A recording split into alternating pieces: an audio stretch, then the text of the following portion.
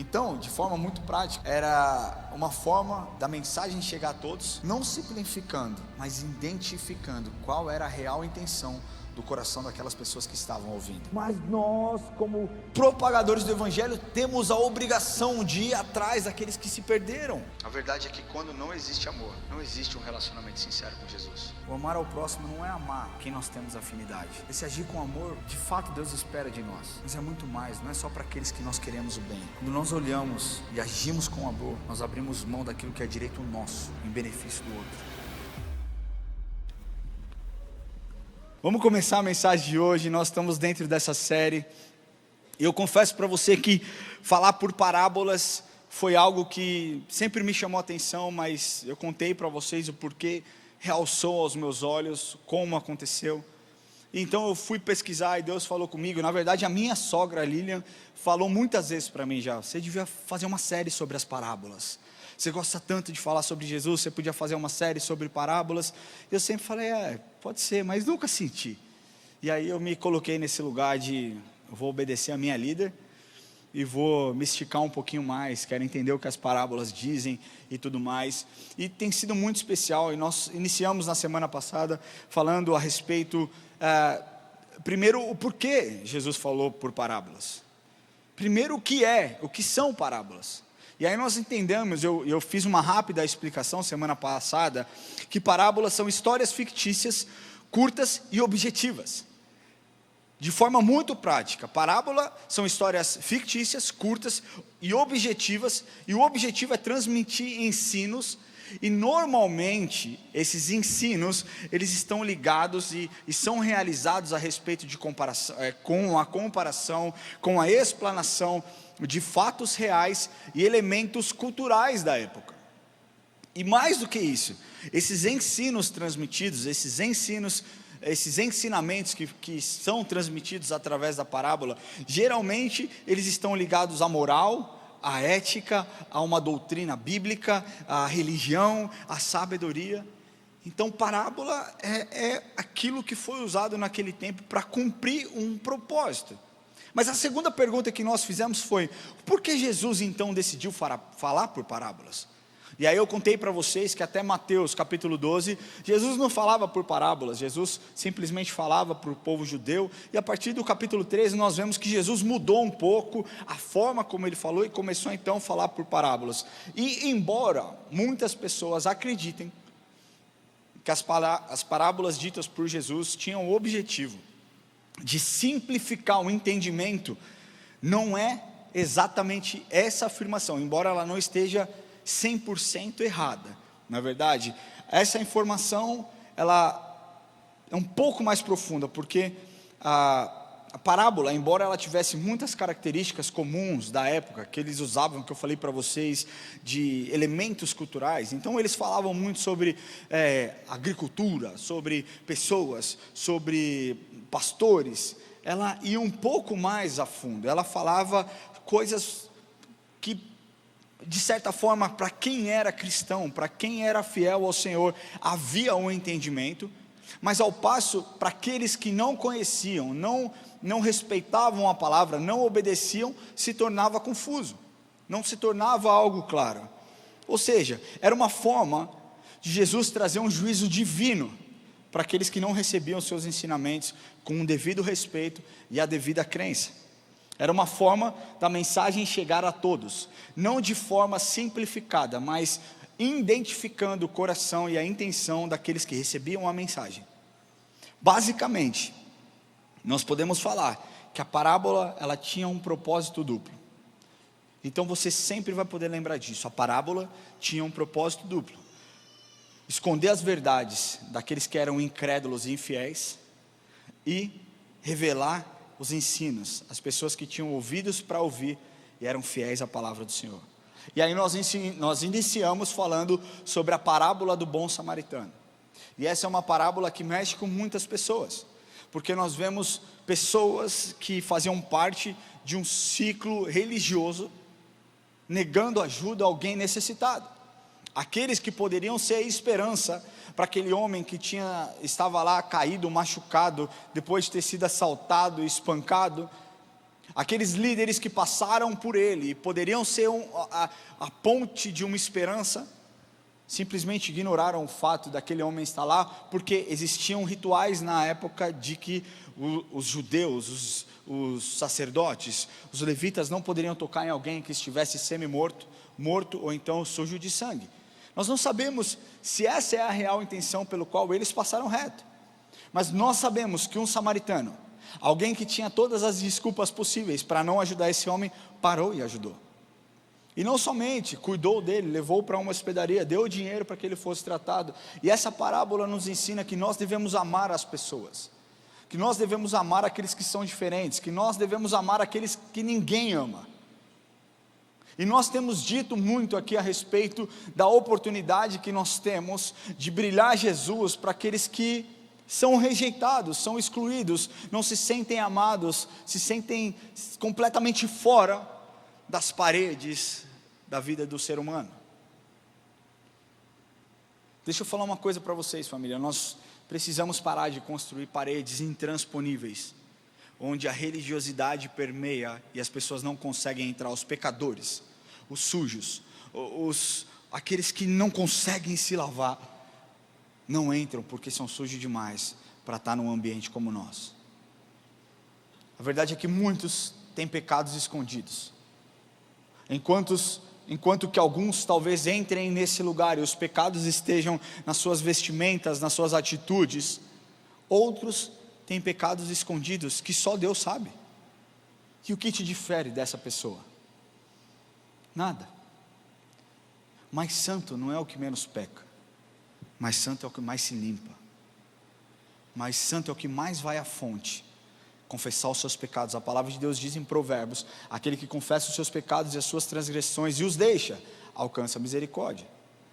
E nós temos a oportunidade de fazer isso todos os dias. E eu falei uma frase que eu até comentei com um amigo, eu nem sei se ele está aqui, mas eu falei: cara, essa frase que eu falei me pegou demais. Cristo não é propriedade do cristianismo, Cristo é o cabeça da humanidade. Você entende isso?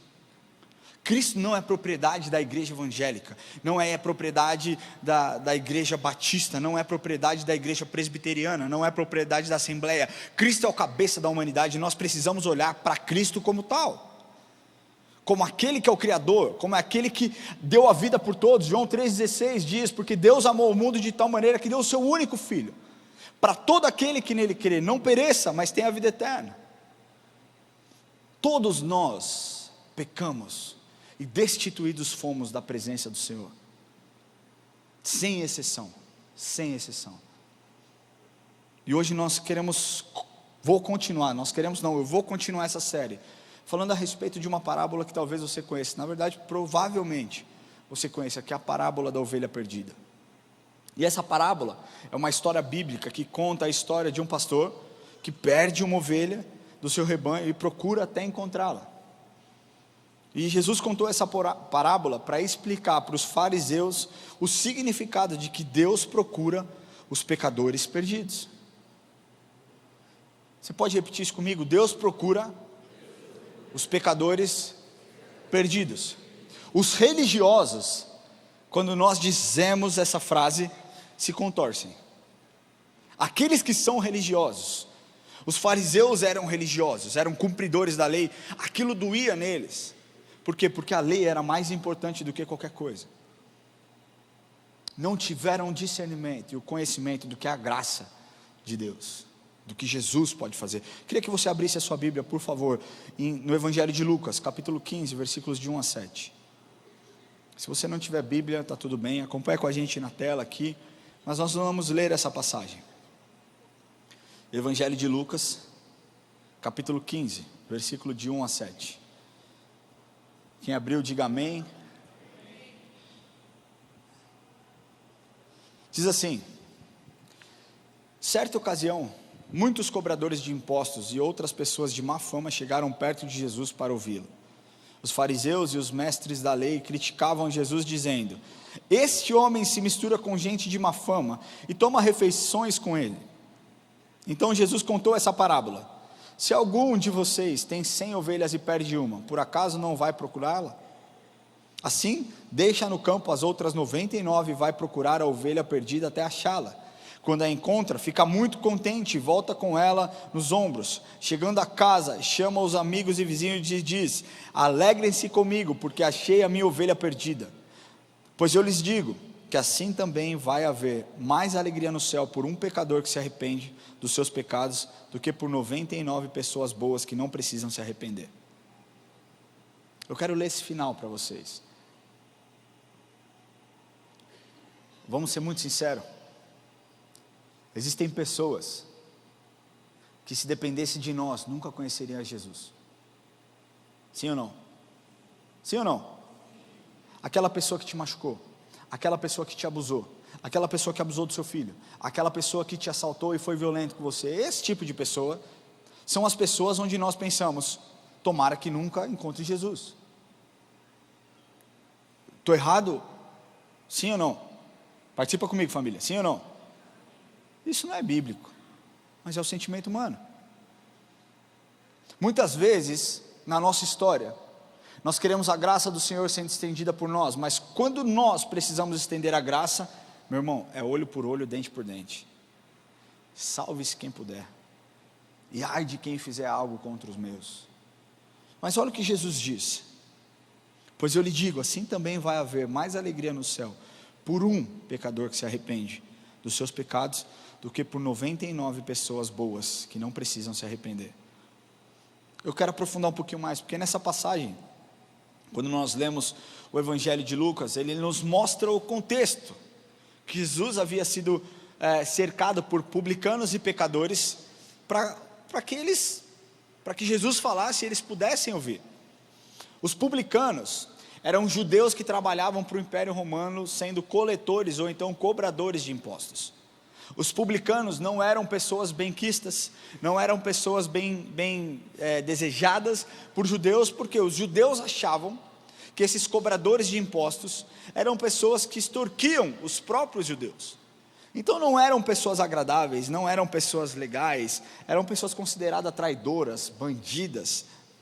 Já os pecadores eram as demais pessoas marginalizadas moralmente, de má reputação. E é nesse contexto que Jesus se encontra, cercado de pessoas maldosas, que roubavam o dinheiro do povo, e cercado de pessoas moralmente marginalizadas e com uma reputação péssima. O povo judeu, para vocês terem noção, era aconselhado a não conviverem com esse grupo de pessoas. E pior do que isso, eles não podiam conversar com esse tipo de pessoa, com essa classe de pessoas. Mas Jesus, frequentemente, se nós lemos a Bíblia, nós vemos que Jesus frequentemente está cercado dessas pessoas. Quando nós lemos o Evangelho de Lucas, capítulo 5, versículo 27 a 29, nós lemos o relato que Jesus estava com Levi. Levi era um cobrador de imposto. Jesus chama para ser um dos seus discípulos Mateus. Mateus era um coletor de imposto, um cobrador de imposto. Então, deixa eu te falar que essas coisas faziam com que os fariseus e os escribas ficassem escandalizados e murmurassem, reclamassem. Mas eles não conseguiram enxergar, e ainda hoje muitos não conseguem enxergar o verdadeiro propósito pelo qual o Filho de Deus veio ao mundo. Você sabe por que o Filho de Deus veio ao mundo? Buscar e salvar o perdido. Quem um dia foi encontrado por Jesus? Foi a melhor decisão da sua vida, sim ou não? Por que a gente não pode estender esse convite para outras pessoas?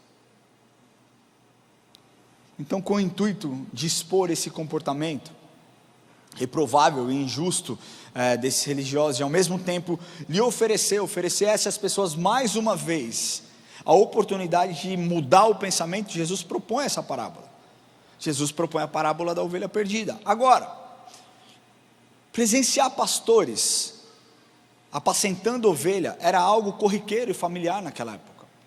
Apacentar ovelha talvez não fosse uma das profissões mais difíceis quando nós pensamos em poucas ovelhas. Quando haviam poucas ovelhas, era muito fácil o rebanho ser apacentado por até mesmo uma criança.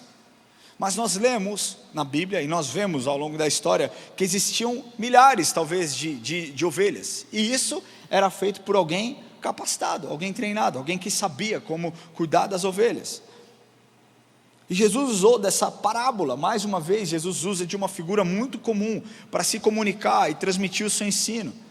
E aqueles ouvintes estavam habituados com o fato de pastores cuidando de ovelhas. Então Jesus propõe essa parábola.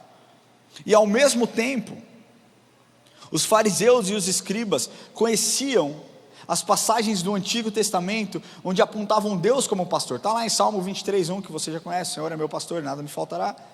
Tem outras passagens, como em Isaías 40:11, ou então em Ezequiel capítulo 34, versículo 15 e 16, que mostra Jesus, ou que mostra Deus como pastor.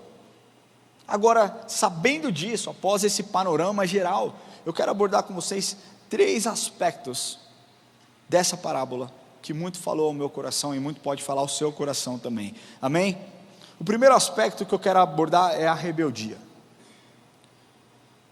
Versículo 4 diz assim: se algum de vocês tem 100 ovelhas e perde uma, por acaso não vai procurá-la?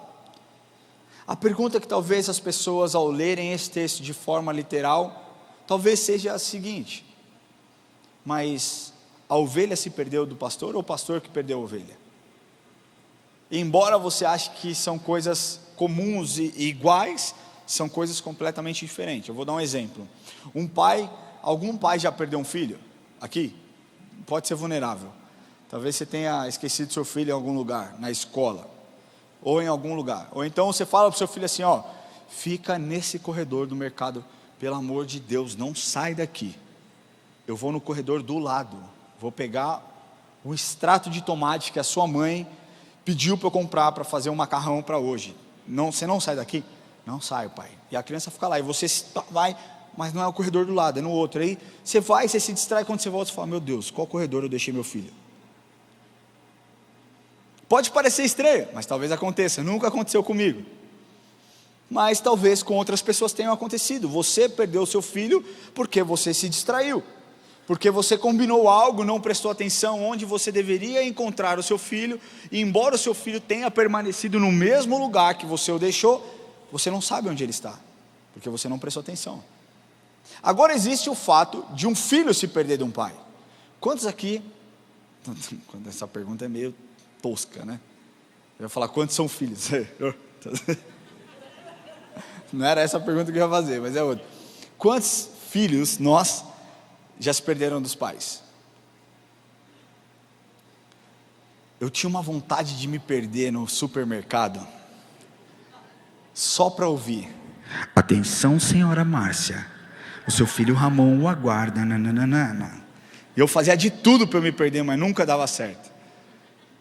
Mas eu vou contar uma história para vocês. Eu já fui gago. Vocês sabiam disso? Já contei essa história para vocês? Eu já fui gago. Essa história aconteceu quando eu tinha acho que, eu não sei se 4, 5, 6 anos, nessa faixa. E eu estava no Guarujá com os meus pais. E algo chamou a minha atenção e eu me distraí. E eu estava brincando, os meus pais estavam perto, e eles foram para um lado, eu fui olhando, e eu me perdi deles na praia. E aí é engraçado, porque você vai perguntar para o meu pai, ele tem uma perspectiva. Você vai perguntar para minha mãe, ele tem outra perspectiva, de tempo. Minha mãe fala: ficou o dia inteiro fora, filho. Eu achei que alguém tinha te levado e vendido seus órgãos. O meu pai já fala: foi 1 horinha, não é nada a ver. É engraçado como a perspectiva de cada um muda. E se você colocar os dois para conversar, eles não vão chegar num consenso.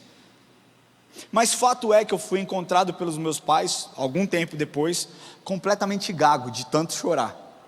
Ah, que dó de mim. Aí eu fui na fono, Mas o fato foi, alguns podem interpretar do tipo: mas seus pais não foram atentos com você. Porque um pai que é atento fica em cima, a culpa é dos seus pais. Mas a verdade é que os meus pais estavam exatamente no mesmo lugar. Eu que não tinha maturidade de saber voltar para o lugar de onde eles estavam, e eu caminhei para longe, me perdi.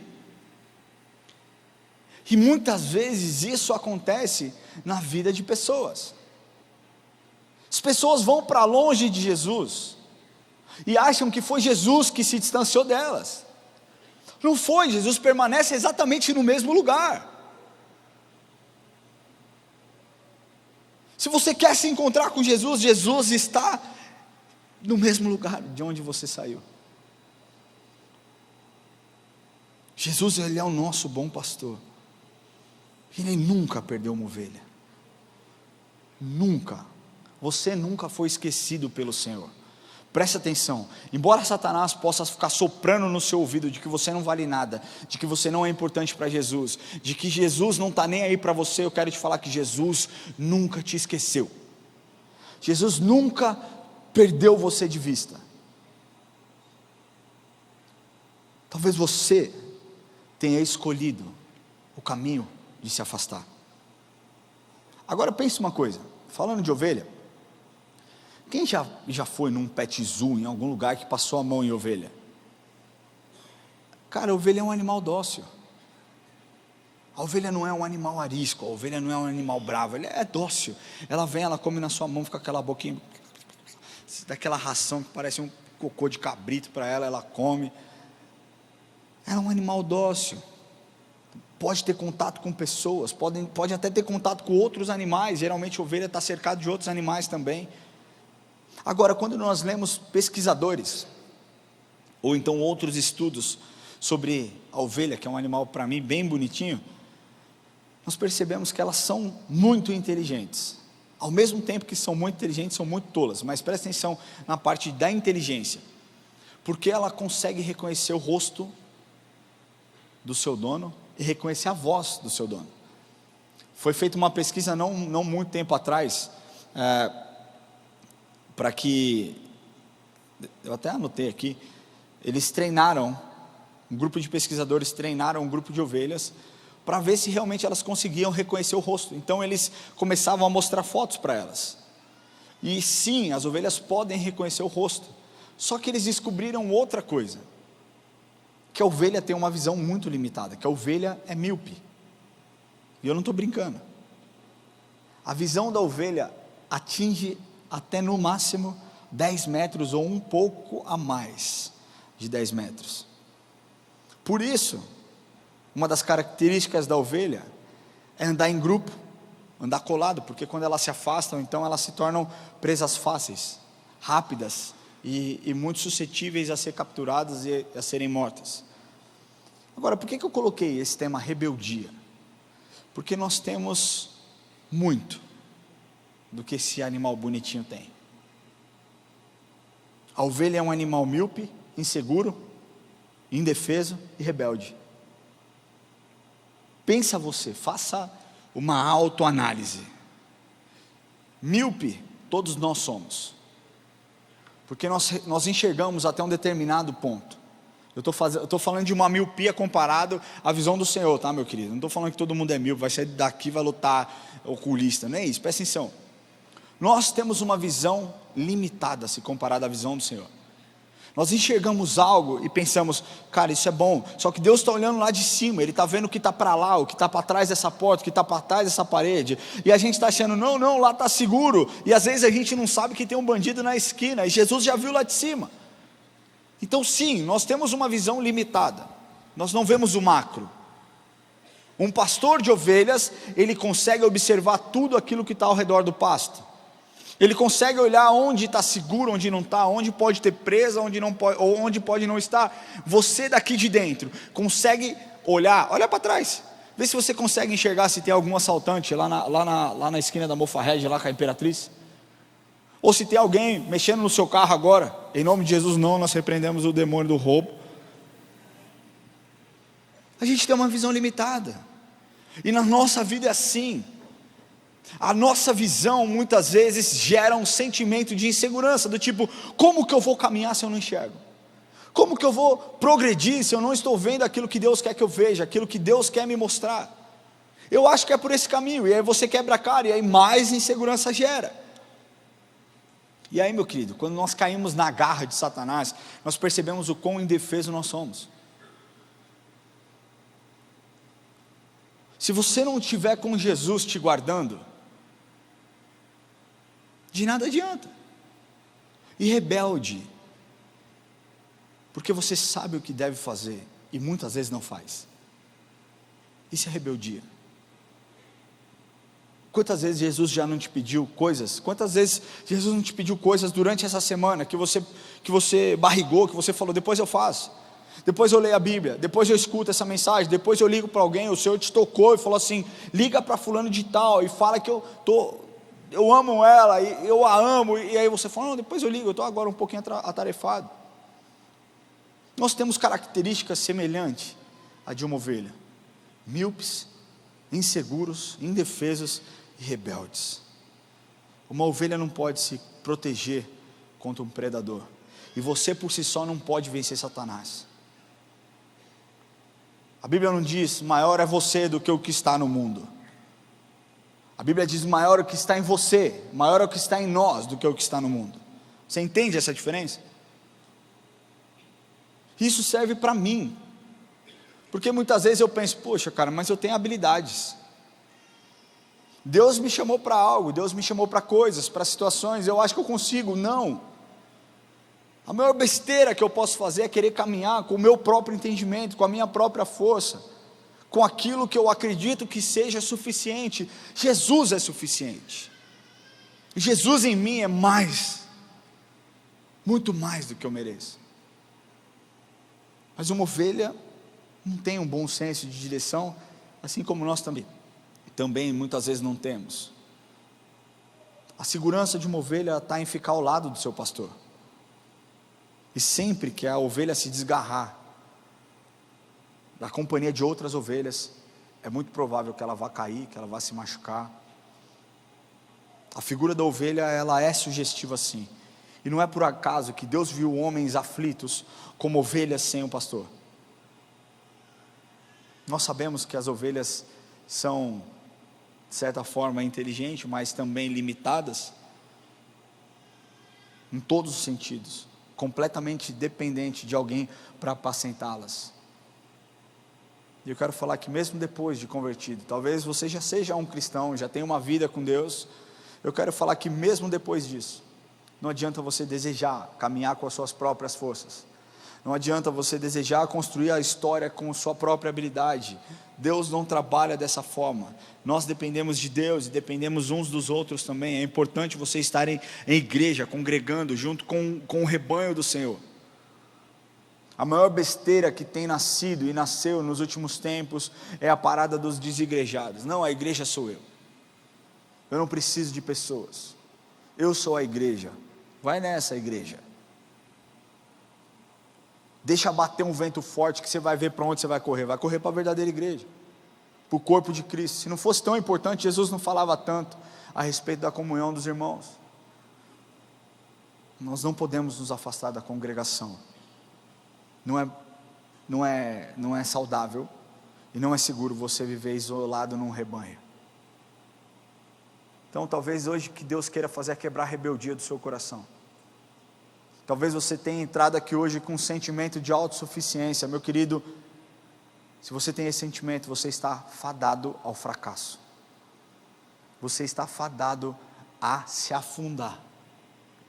Jesus está aqui para te alertar, e Ele deseja usar a minha vida para te alertar. Não se sinta autossuficiente. Não se sinta o alecrim dourado. Deus tem algo na sua vida, mas não menospreze o lobo que está rodeando para te devorar. Não ache que sozinho você vai conseguir. Não seja rebelde. Escute o conselho do bom pastor. Esse bom pastor não sou eu, esse bom pastor é Cristo. Amém? O segundo aspecto que eu vejo é a paciência. Então nós falamos a primeiro ponto de uma ovelha, e nessa perspectiva segunda nós vamos usar o ponto do Senhor, porque ela é uma característica imprescindível de qualquer pastor, tanto o pastor de pessoas quanto o pastor de ovelha. Posso falar uma coisa para você? Haja paciência. Às vezes a gente vai fazer uns aconselhamentos pastorais, meu querido, eu já pensei, mas eu não comprei. Eu queria comprar um saco de pirulito e deixar na minha sala, porque às vezes dá vontade de falar, o nível da sua maturidade, toma esse pirulito aqui. Eu não estou menosprezando o sentimento, mas às vezes são coisas tão simples de se resolverem, e as pessoas dificultam tanto, e nós temos que ter paciência, está tudo bem, faz parte do nosso chamado, e amém. E eu não comprei, então se você quiser fazer um aconselhamento comigo, não tem pirulito na minha sala, você pode ficar tranquilo que você não vai se sentir machucado ou então desamparado pelo seu pastor. Mas a verdade é que todo pastor precisa de paciência. Quantos aqui já viram um vídeo de uma ovelha que está presa numa vala? Aí o pastor vai, pega as patas dela de trás, tira ela da vala, faz uma força danada para tirar ela da vala, arranca ela da vala. Quem já viu esse vídeo? Aí o pastor tira ela, solta ela, o que ela faz? Vala de novo. Eu fico imaginando a cabeça desse pastor, eu falo, mas essa ovelha está de sacanagem comigo, ela está me tirando. Não é possível, não é possível. Olha o que diz lá no verso 4, parte B. Assim deixa no campo as outras 99 e vai procurar a ovelha perdida até achar. Quando a gente fala desse vídeo acima, nós vemos uma característica de todo pastor de ovelhas. Eu tenho certeza absoluta que o vídeo para aí, o vídeo não mostra ele resgatando a ovelha de novo, mas eu tenho certeza absoluta que ele resgatou a ovelha de novo, e resgataria quantas vezes fossem necessárias, mesmo ela sendo teimosa e voltando para o buraco que ela tinha acabado de ter saído. Assim também é um pastor dessa parábola que ouve esse relato. Ele não desistiu da ovelha pelo fato da ovelha ter se afastado, embora ele pudesse até encontrar justificativas plausíveis e abandonar a ovelha. Talvez o pastor já tivesse até alertado a ovelha, por esse caminho aí, cara, é solidão, é ruim, não vai. Talvez ele em outras ocasiões tivesse flagrado aquela ovelha flertando com a fuga. Ou então talvez o pastor pudesse até mesmo se alegrar do tipo, cara, uma foi embora, ainda tenho 99, está tudo certo, não vai me fazer diferença, não vai me fazer falta. Mas não é assim que funciona. Lembra da história que eu contei quando eu me perdi na praia? Eu já tinha 2 irmãs, e meus pais não olharam e falaram assim, vixe, o Ramon se perdeu, tem mais 2.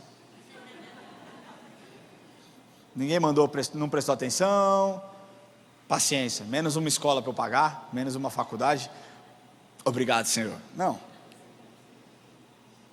como pais de amor, pais amorosos, eles deixaram as minhas irmãs em um lugar seguro, com amigos, e foram me procurar, foram atrás de mim. Eles não discutiram a razão pela qual eu me perdi, não foi, cara, brincadeira, por que você se perdeu? Não, eles simplesmente queriam me achar a qualquer custo. Andaram, procuraram, e o relato que eles contam é que eles iam perguntando, alguém viu um menininho, tal, não sei o que lá. Hoje é importante, bate palma quando você vê uma criança perdida. Não é isso? É isso ou não é? Gostei desse muito bom. Quem já bateu palma para uma criança perdida? Caramba, essa igreja é muito participativa. Se tivesse alguém lá batendo palma, meu pai teria me achado. Mas a verdade é essa. Esse pastor também, ele não discutiu a razão pela qual a ovelha se perdeu, ele simplesmente não desistiu até resgatá-la, até colocá-la novamente num aprisco seguro, no aprisco onde as outras estavam. Olha o que diz em João capítulo 10, versículo 14 e 15, olha lá, eu sou o bom pastor, assim como o Pai me conhece, e eu conheço o Pai, assim também conheço as minhas ovelhas. Olha o que Deus está falando para você hoje, e elas me conhecem, eu estou pronto para morrer por elas. Agora, como que nós conseguimos compreender a Jesus Cristo como verdadeiro pastor, que vai procurar um homem totalmente incapaz de fazer qualquer coisa por si só? Você percebe que é o pastor que vai buscar a ovelha, não é a ovelha que vai buscar o pastor? Eu quero te falar uma coisa, o homem por si só não tem condição nenhuma de encontrar o Senhor, mesmo por maiores habilidades que você tenha. Não há nada que você faça que vai fazer com que o Senhor deseje mais te encontrar, ou então deseje menos te encontrar. Esse é o ponto, talvez, nos dias de hoje. Existe uma mentira dita por Satanás, do tipo, você é muito pecador para Jesus se importar com você. Deixa eu te falar uma coisa, todos nós que um dia entregamos nosso coração para Jesus, fomos encontrados pelo bom pastor. Alguns foram encontrados no primeiro chamado, Alguns Jesus chamou só uma vez. Vem cá, ovelhinha. Eu não sei, não sei como chamou ovelha, mas talvez ele tenha dito: vem cá você, vem cá você. E aí você abriu o seu coração e se encontrou com Jesus. Talvez para outros tenha sido algumas vezes, tenha sido durante um processo, cultos que você frequentou, e você sentia algo diferente, Deus te encontrou. Mas a verdade é essa: Ele é o bom pastor e Ele deseja nos encontrar. Os homens, eles passam as suas vidas buscando loucamente muitas coisas, alento em muitas coisas. Alguns buscam em religião, outros buscam em bens materiais, outros buscam em fama ou qualquer outro tipo de coisa que possa satisfazê-los. Porém, quando o pecador é resgatado da sua perdição, do seu pecado, e acolhido pelo bom pastor, não há outra coisa a fazer senão assumir que Ele é bom, bondoso, gracioso e que Ele te ama muito. Jesus sempre foi paciente. Essa é uma característica dele. Pensa você, quantas vezes você já fez algo que Jesus não queria que você fizesse? Quantos pecados você já cometeu que Jesus não gostaria que você tivesse cometido? E pecados recorrentes, que você caiu, pediu perdão, Jesus te perdoou, e você caiu de novo, pediu perdão, e Jesus te perdoou. Quantas vezes? Quantas vezes?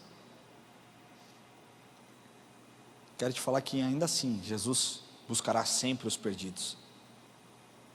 O problema é que muitas vezes, aqueles que estão perdidos não querem ser resgatados. Fala: não, Jesus, deixa eu viver minha vida aqui, deixa eu curtir minha fase. A vida só se vive uma vez, né, Jesusão? A vida é feita para se viver. A vida é bela, bela para se viver. Só que um dia elas vão voltar. E as marcas serão marcas profundas, de uma ovelha que se machucou, que se rasgou, que se arrebentou. Jesus vai derramar o bálsamo dele, vai derramar o azeite dele, vai trazer a cura, vai cuidar, mas essas marcas, essas cicatrizes vão ficar. Elas vão ficar porque vai fazer parte da sua história. E o que eu quero te falar com isso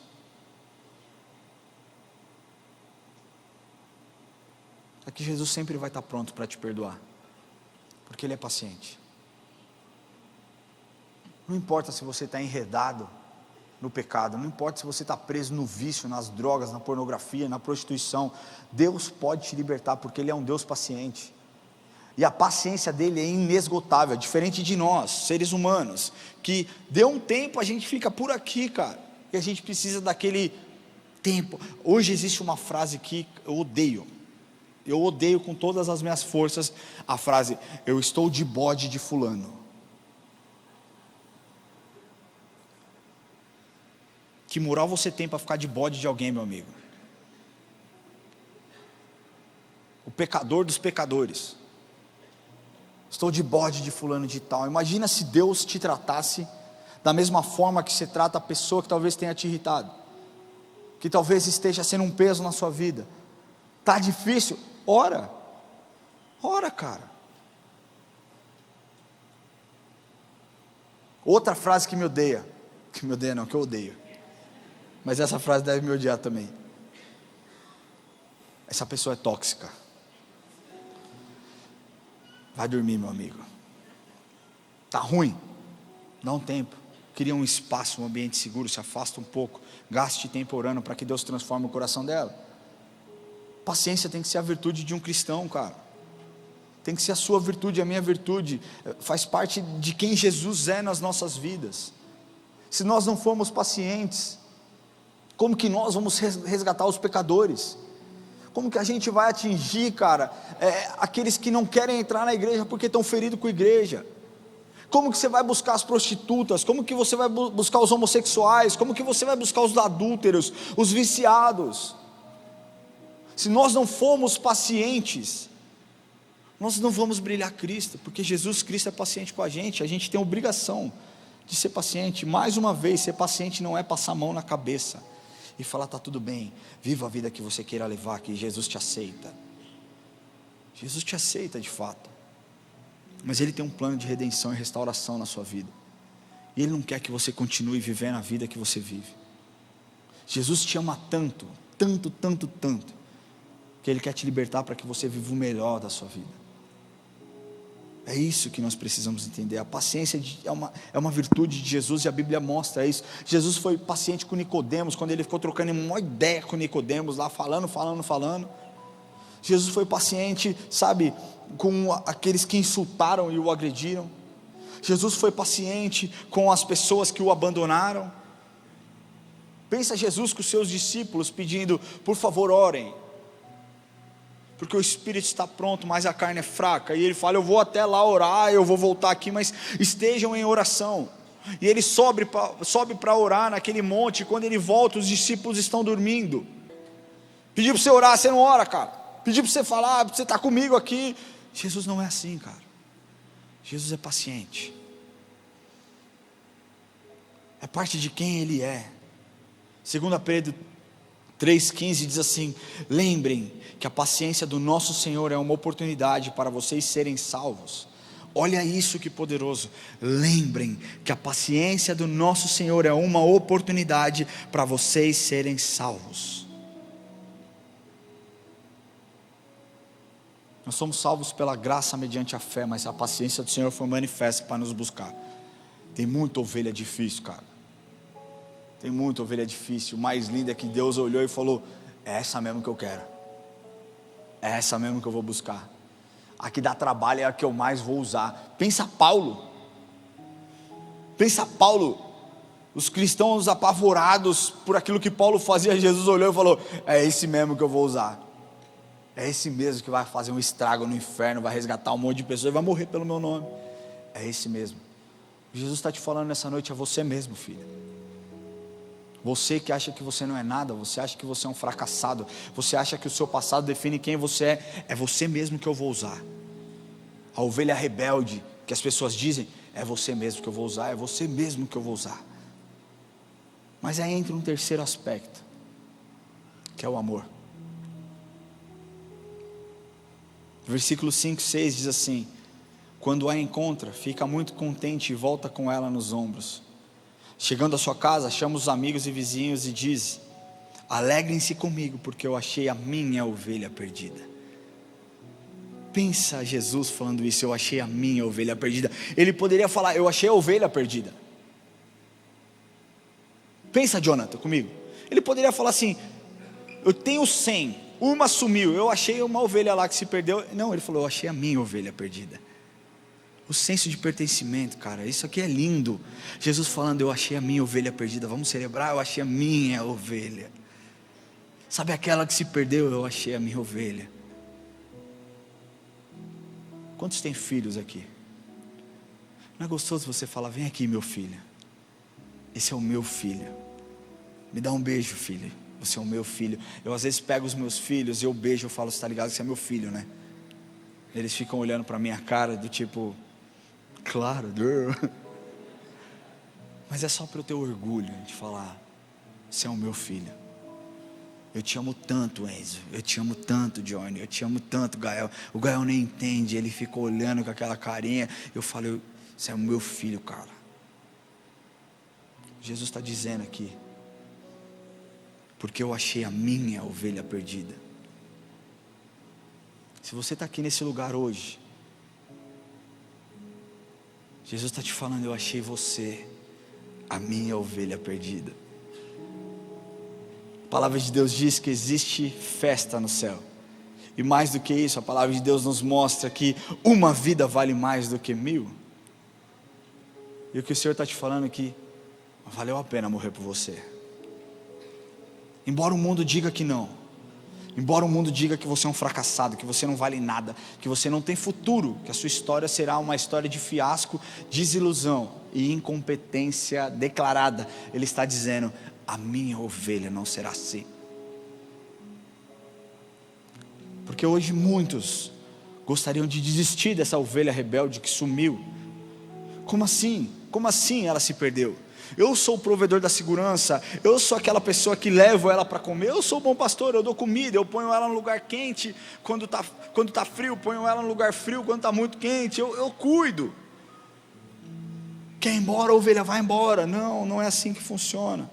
Talvez um pastor normal, agindo no seu impulso humano, talvez pudesse fazer isso, mas o bom pastor não faz isso.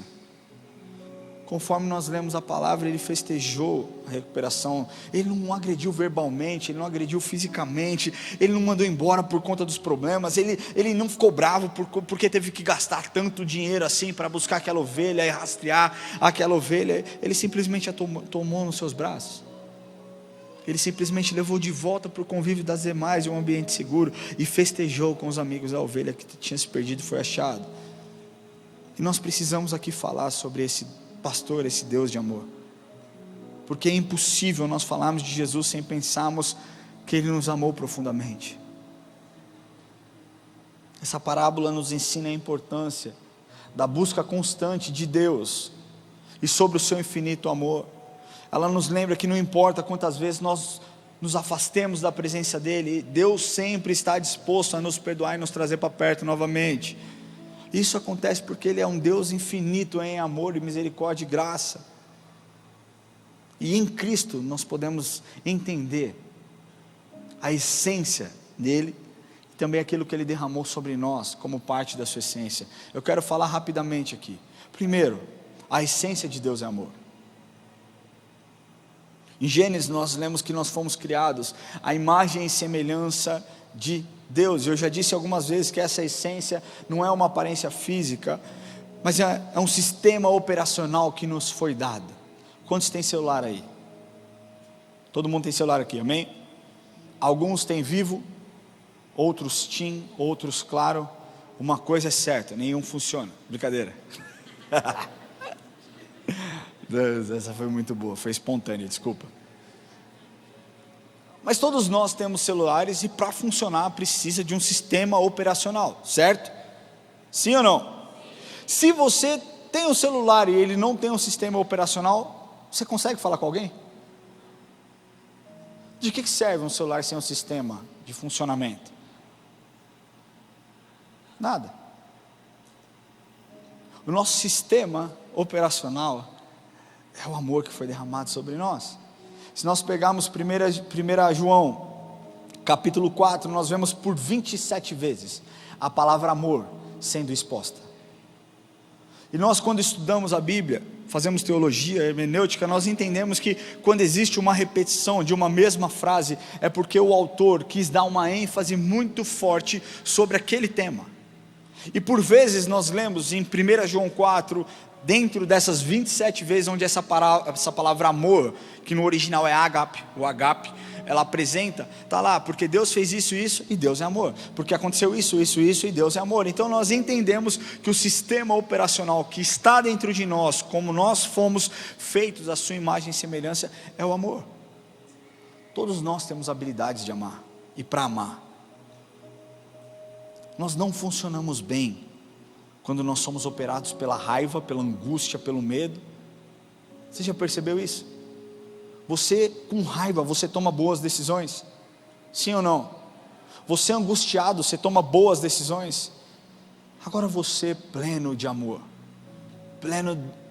dentro da sua casa, pleno de amor em Cristo, as decisões são as melhores possíveis. São decisões que vão beneficiar outros, não só você, não vai ser uma visão egoísta. Porque nós fomos criados à imagem e semelhança do Criador, do Deus de amor. O segundo ponto que dentro disso que eu quero falar é que nós somos sim aperfeiçoados no amor. Muitas pessoas acham que o amor é um sentimento. Não, eu sinto, não é bem assim. Quem é casado aqui? Você não nasceu amando a sua esposa ou seu marido, até porque você nem conhecia ele. Você começou um namoro, primeiro você viu, e aí você gostou muito talvez, E aí você começou a se relacionar, você começou a conhecer a história, você começou a gerar um relacionamento de duas mãos, onde vocês se conectaram, e o amor foi evoluindo, foi crescendo, foi desenvolvido, foi aperfeiçoado. Eu vou fazer 15 anos de casado, eu sou infinitamente mais apaixonado, e amo muito mais a Érica hoje, do que há 15 anos atrás, quando eu casei. E eu sei que daqui a 40 anos, quando nós estivermos celebrando 55 anos de casado, eu vou ser infinitamente mais apaixonado por ela daqui 40 anos do que hoje. Por quê? Porque o amor, ele evolui, ele cresce no meio das lutas, das tribulações, das dificuldades. É assim que funciona.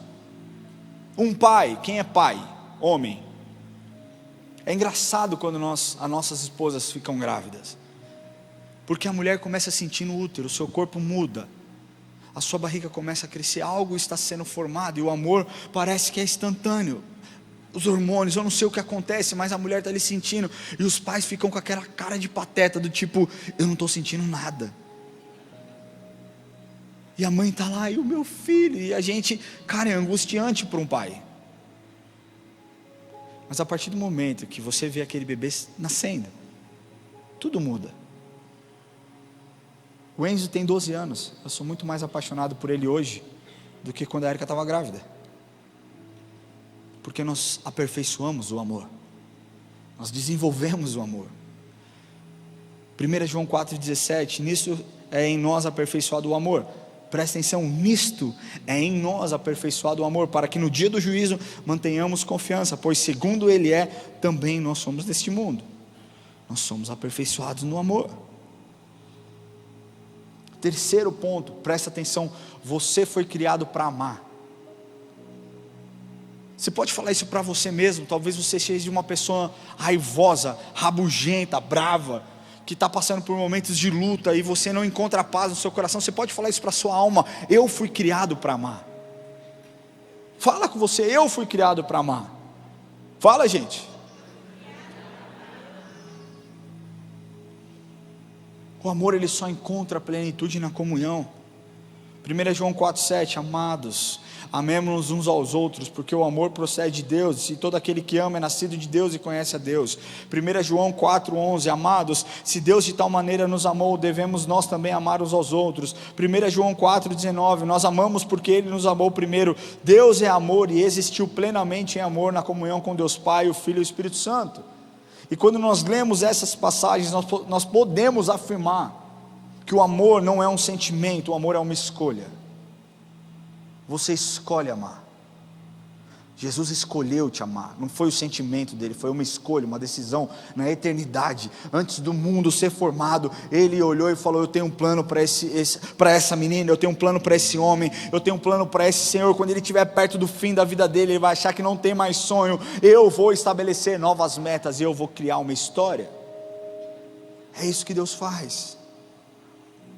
O amor de Deus tem um propósito, e esse propósito é você. A parábola da ovelha perdida nos ensina que nós devemos aprender com a atitude do bom pastor. Diante dos perdidos, nós podemos adotar atitudes diferentes. Os perdidos são os pecadores. Nós podemos odiá-los,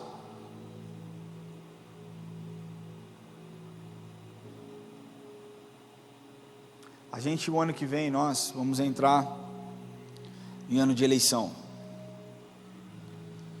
E eu acho que é uma ótima oportunidade para a igreja se mostrar a igreja. Porque nas últimas eleições foi uma lástima. A igreja se portando como detentora de político A ou B. Nós somos representantes de Cristo. A sua pergunta tem que ser o que Deus faria, como Jesus agiria, como Jesus falaria. Eu não estou falando para você ter posição, tenha posição, eu tenho posição, eu sei o meu lado. Agora, não adianta eu odiar quem pensa diferente de mim.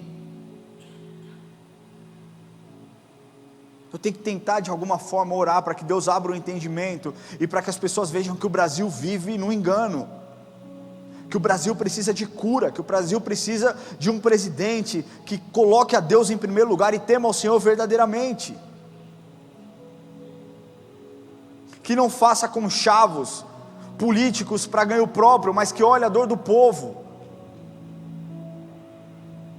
Eu brinco, isso é uma brincadeira, que quando nós estivermos no céu, Deus vai olhar para os brasileiros e vai falar assim: quem é brasileiro? Um passo para frente.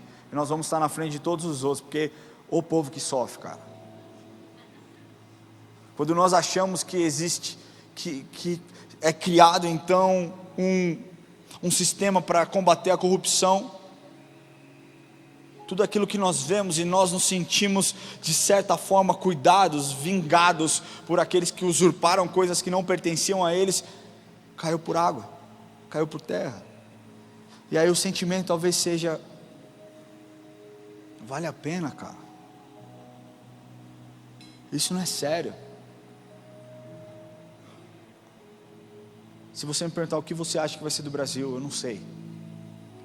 Mas eu sei de uma coisa: eu sei que eu tenho que ser diferente dos outros. Eu sei que o meu papel tem que ser papel diferente, porque eu conheço a verdade. E a verdade verdadeiramente liberta. Então não adianta. Quando nós olhamos para os pecadores, nós podemos odiá-los, nós podemos agir de forma indiferente, nós até podemos recebê-lo, caso eles venham até nós.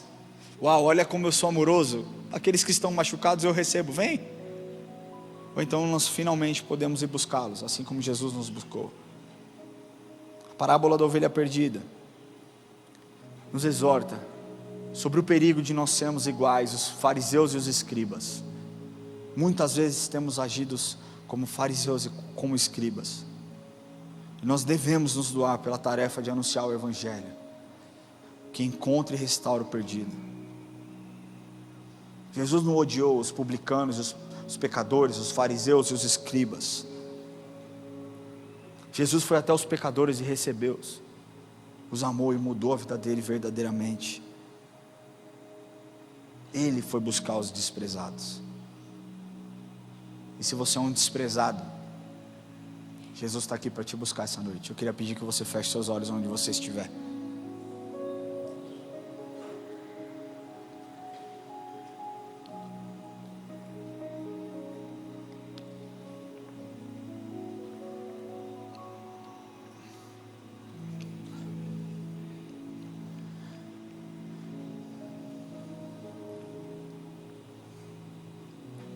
Queria começar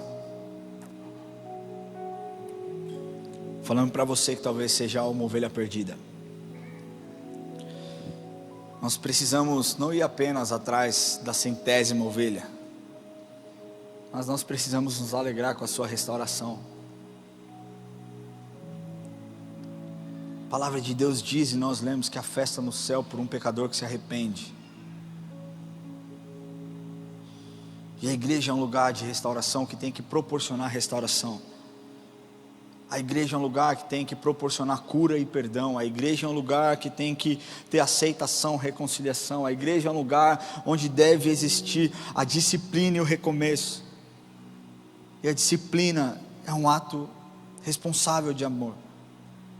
A disciplina visa a proteção do rebanho e a recuperação das ovelhas perdidas. Não basta nós nos alegrarmos com as ovelhas que estão seguras nos apriscos. Nós temos que nos alegrar e buscar as ovelhas que foram dispersadas por qualquer razão.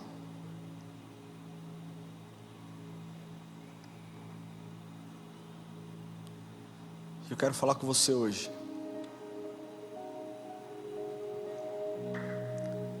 Que é essa ovelha perdida?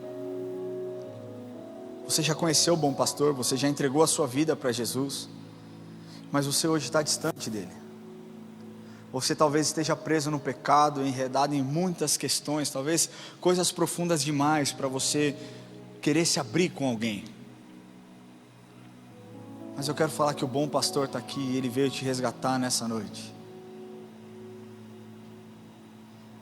Jesus não se importa com o seu passado. Ele deseja transformar o seu presente e te dar um futuro glorioso. Não importa se você é um pecador, está preso no pecado.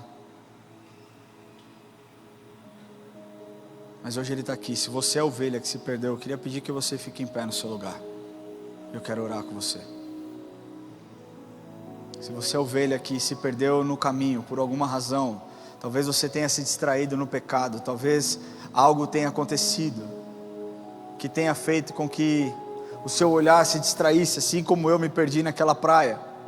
Talvez foi algo sutil, que te afastou da presença do Senhor, e você tenha até tentado voltar, mas você não sabe como. Eu quero falar que Jesus está aqui, porque Ele deseja te resgatar, mas para isso, você precisa desejar que Ele te resgate. Lembra que eu disse que existem muitos que sabem que estão perdidos, mas ainda assim não querem ser resgatados. Eu não acredito que essa seja a sua história. Eu acredito verdadeiramente que você deseja ser resgatado, e nós queremos te ajudar nesse processo. Então, se você deseja ser resgatado nessa noite, você que se perdeu, levante do seu lugar. Não tenha vergonha, não tenha vergonha, não tenha medo. Simplesmente levante do seu lugar e eu quero orar com você. E a última vez que eu vou falar, porque eu não vou ficar insistindo nesse apelo. Você sabe de si, você conhece a sua história. Glória a Deus pela sua vida, jovem.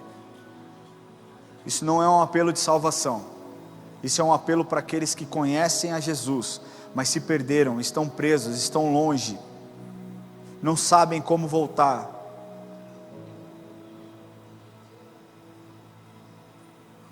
Enquanto nós estivermos adorando com essa música, eu quero pedir que você, que tem se sentido uma ovelha perdida, levante do seu lugar e venha aqui à frente enquanto nós iremos adorar o Senhor. Não tenha vergonha, não tenha medo, mas só você que realmente deseja ser encontrado pelo Senhor, saia do seu lugar e venha aqui à frente. Você que é a ovelha perdida, porque Deus quer te resgatar nessa noite em nome de Jesus. Enquanto nós estivermos adorando ao Senhor, vai saindo do seu lugar, vem chegando aqui na frente em nome de Jesus. Antes de orar com vocês, eu quero falar com você que nunca entregou o seu coração para Jesus. Preciso te falar que a salvação é uma obra soberana e divina. Deus é quem vai atrás do homem. Não há nada que você faça que você vai encontrá-lo com as suas próprias forças. E talvez esse esteja sendo o grande erro da sua vida. Talvez você esteja tentando com as suas próprias forças encontrá-lo, e aí você tem tentado em tantos lugares. Mas Deus marcou um dia para encontrá-lo, e o dia é hoje. E Ele disse que no dia de hoje Ele teria um encontro verdadeiro com uma pessoa que Ele ama muito. Um homem incapaz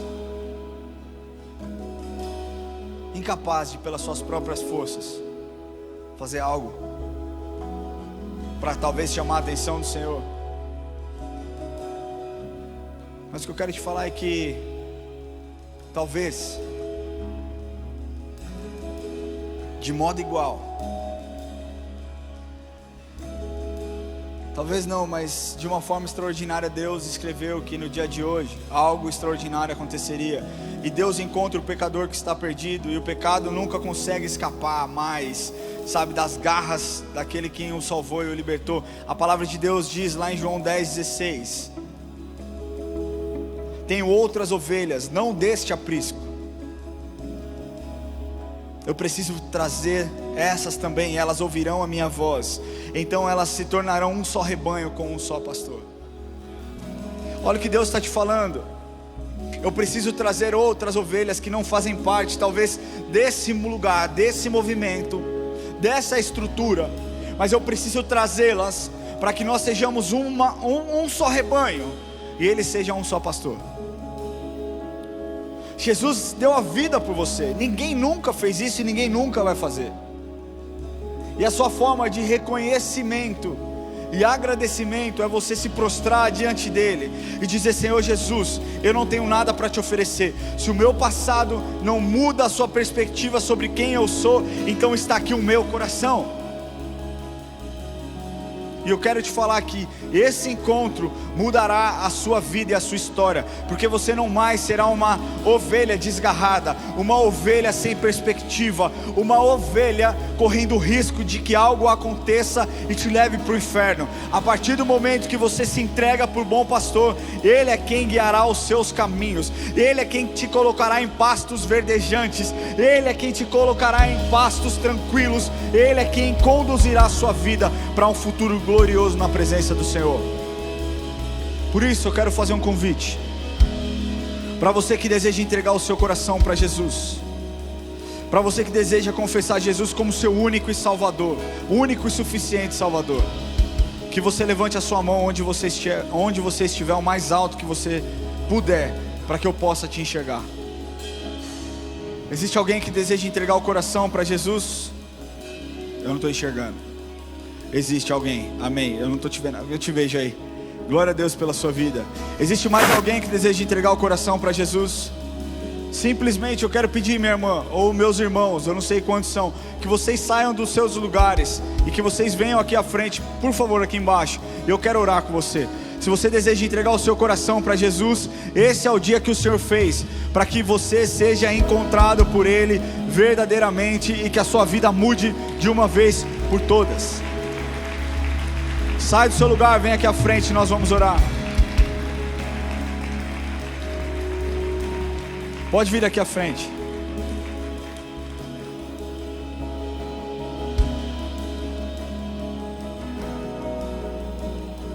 Nós já estamos acabando, gente. Não vai embora sem a bênção não. Espera só um pouquinho, tenha um pouquinho de paciência. Existe mais alguém que deseja entregar o coração para Jesus? Não resista ao que o Espírito deseja fazer na sua vida. Simplesmente levante a sua mão, saia do seu lugar. E se você não tem coragem de tomar essa decisão sozinho, por si próprio, peça para quem te trouxe ou para quem te acompanhou até aqui, te trazer aqui à frente e nós vamos orar juntos. Amém? Glória a Deus. Se você está nos assistindo online e também deseja fazer essa oração, coloque a mão no seu coração, repita comigo. Após isso, o QR Code que vai aparecer na sua tela, você escaneia para que a gente possa orar juntos. Amém? Coloque a mão no seu coração, repita assim comigo: Senhor Jesus, hoje eu entrego o meu coração em tuas mãos.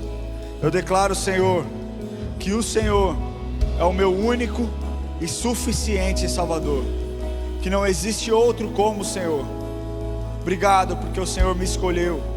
Obrigado porque o Senhor é o bom pastor que cuida da sua ovelha. Me ajuda, Jesus, nessa caminhada e abençoe a minha vida em nome de Jesus. Amém, glória a Deus. Eu queria pedir que vocês que fez essa oração, se puder acompanhar a equipe de consolidação, nós queremos orar individualmente por você, em nome de Jesus. Pode seguir. E você que veio aqui à frente, eu queria orar com vocês antes da gente terminar.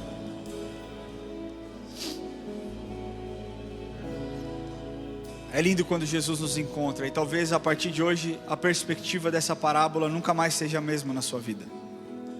E eu oro realmente para que ela tenha vida, para que essa mensagem tenha gerado vida em você e que você olhe com uma outra perspectiva.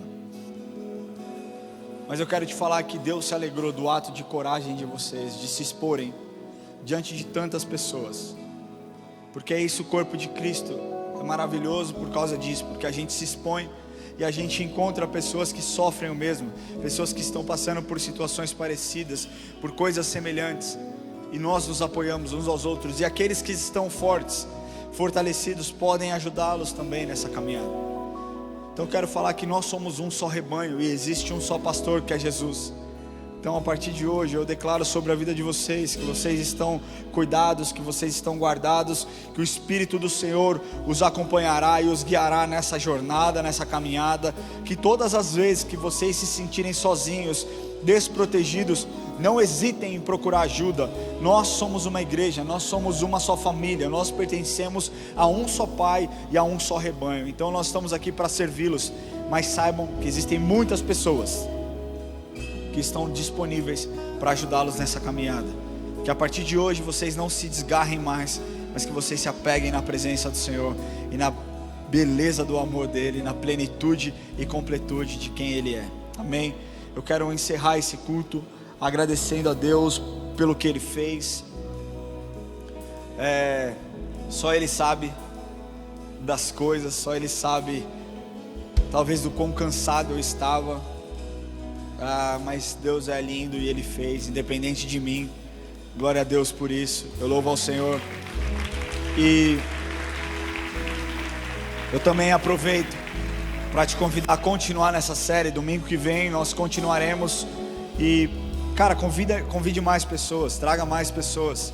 Não é sobre quantidade de pessoas, não é sobre encher um templo, não é sobre isso, mas é sobre nós termos a consciência do privilégio que nós temos de conhecer um Deus de verdade e desejar apresentar esse Deus para outras pessoas também que precisam. Amém?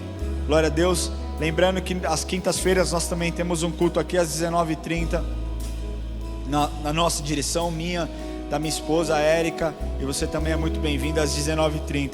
Vamos encerrar agradecendo ao Senhor. Glória a Deus. Pai, nós te agradecemos por esse culto. Nós te agradecemos porque o Senhor fez algo extraordinário nessa noite. O Senhor encontrou corações, o Senhor mudou histórias.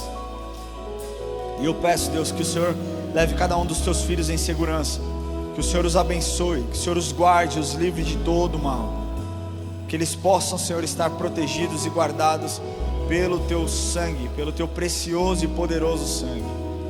Abençoe a semana de cada um deles, que eles tenham, Senhor, uma semana abençoada debaixo das tuas asas, Pai.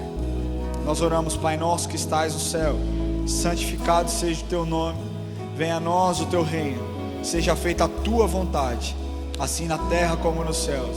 O pão nosso de cada dia nos dai hoje, perdoa as nossas dívidas, assim como nós perdoamos aos nossos devedores, e não nos deixes cair em tentação, mas livra-nos do mal, pois teu é o reino, o poder e a glória para sempre. Amém. Deus te abençoe, que você tenha uma semana abençoada em nome de Jesus.